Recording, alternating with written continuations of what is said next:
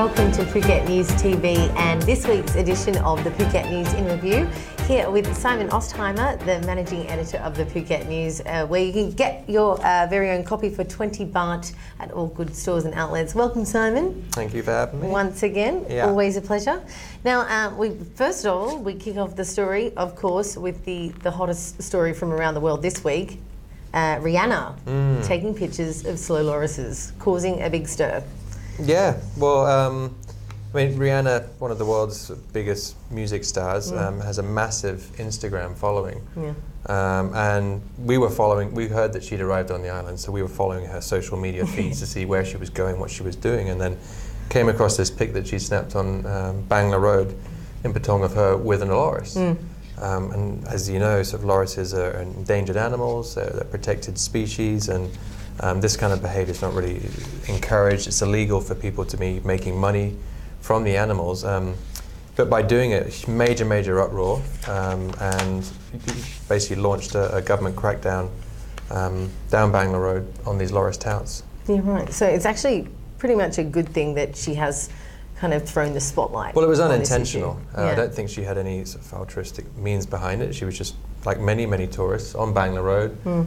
This cute little animal was put upon her, you know, I pay a few hundred baht or what have you, and have a picture taken with it. I don't think she anticipated the fallout of it, but in many ways it has been a good thing. It's focused global attention on the issue, awareness that otherwise, you know, the charities that support these animals would otherwise maybe not have gotten.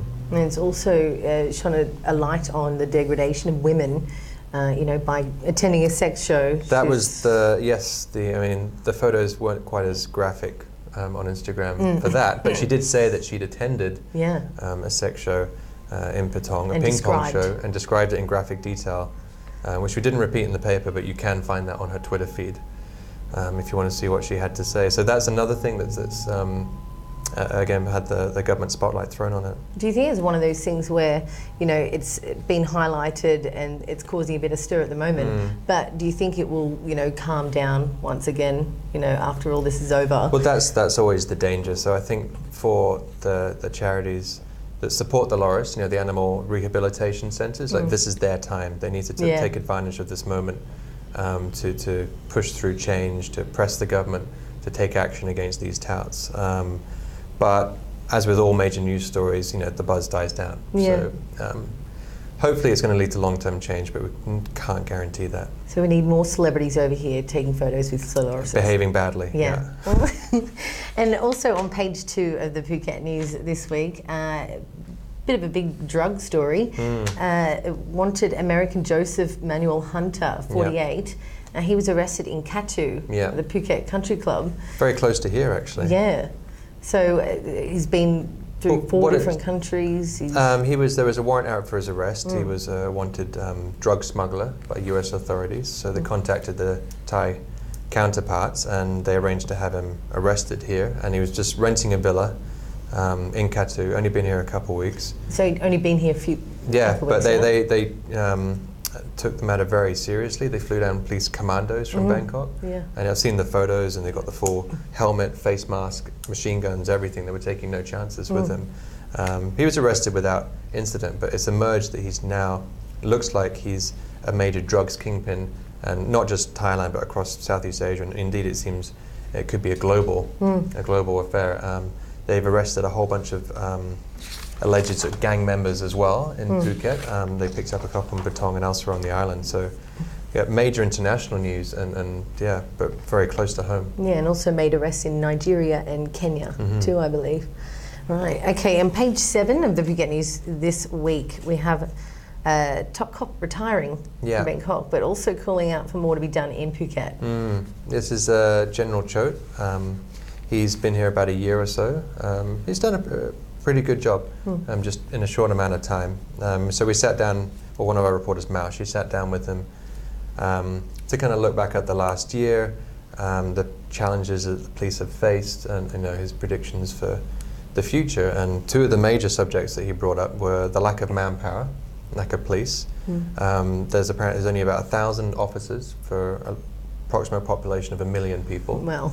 which is incredible. And also, he's repeatedly requested money to get more CCTV cameras, which had been proven to really assist in arrests. Certainly, like covering the stories in the paper when there's been something that's taken place in a 7-Eleven or around a convenience store or a bank, there's always footage, and they almost always get the guy. And so he's proposed more extensive CCTV, like you see in London and elsewhere.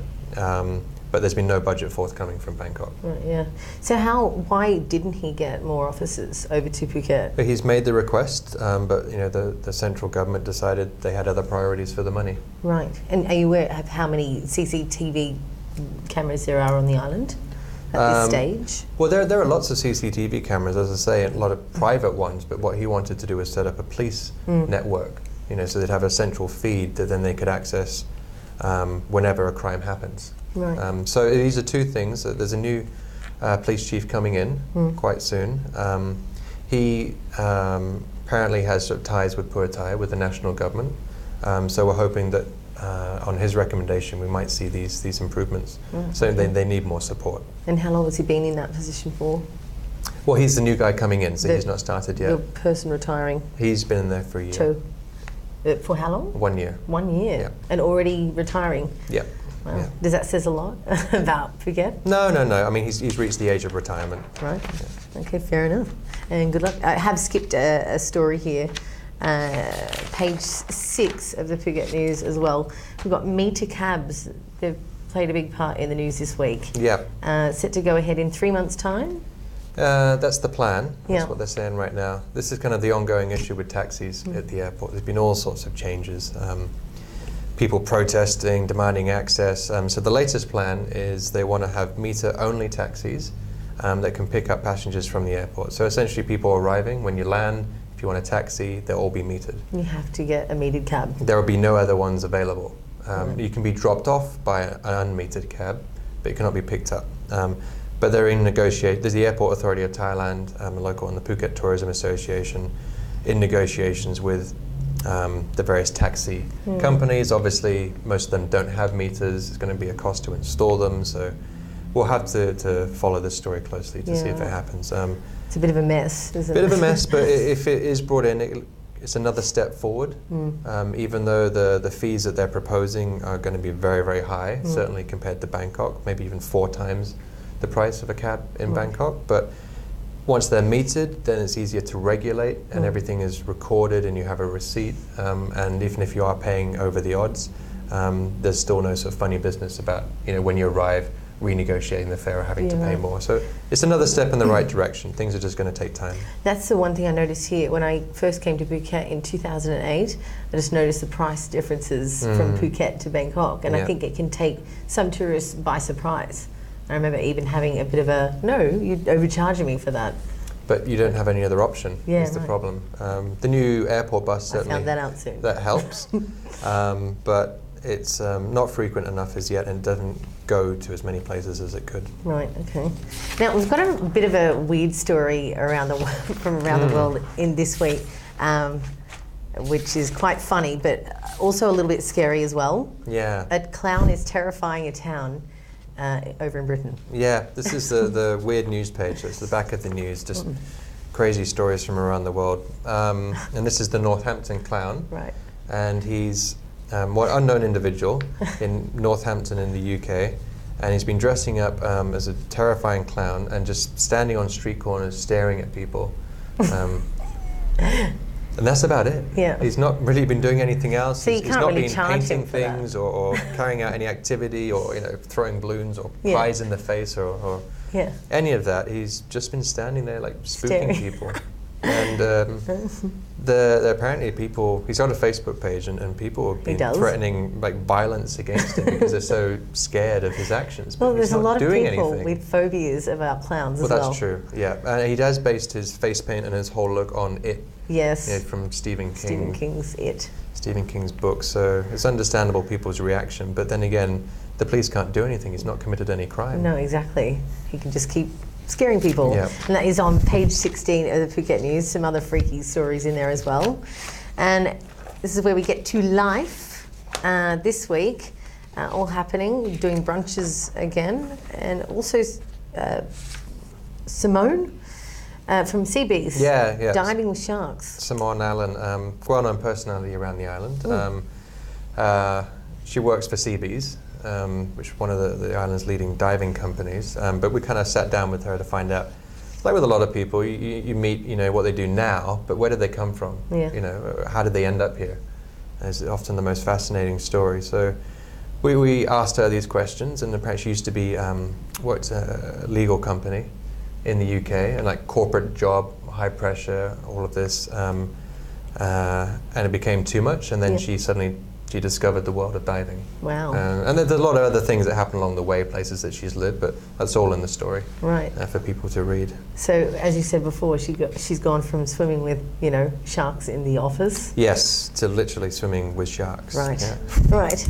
So you've been brunching as well, I believe. Yeah. Yeah? Yeah. You went and checked out Surrey Bay. I do like a good brunch. How was Prego? So this was Prego at the Westin, Surrey Bay. So it's a very new brunch, one of the newest on the island, I think.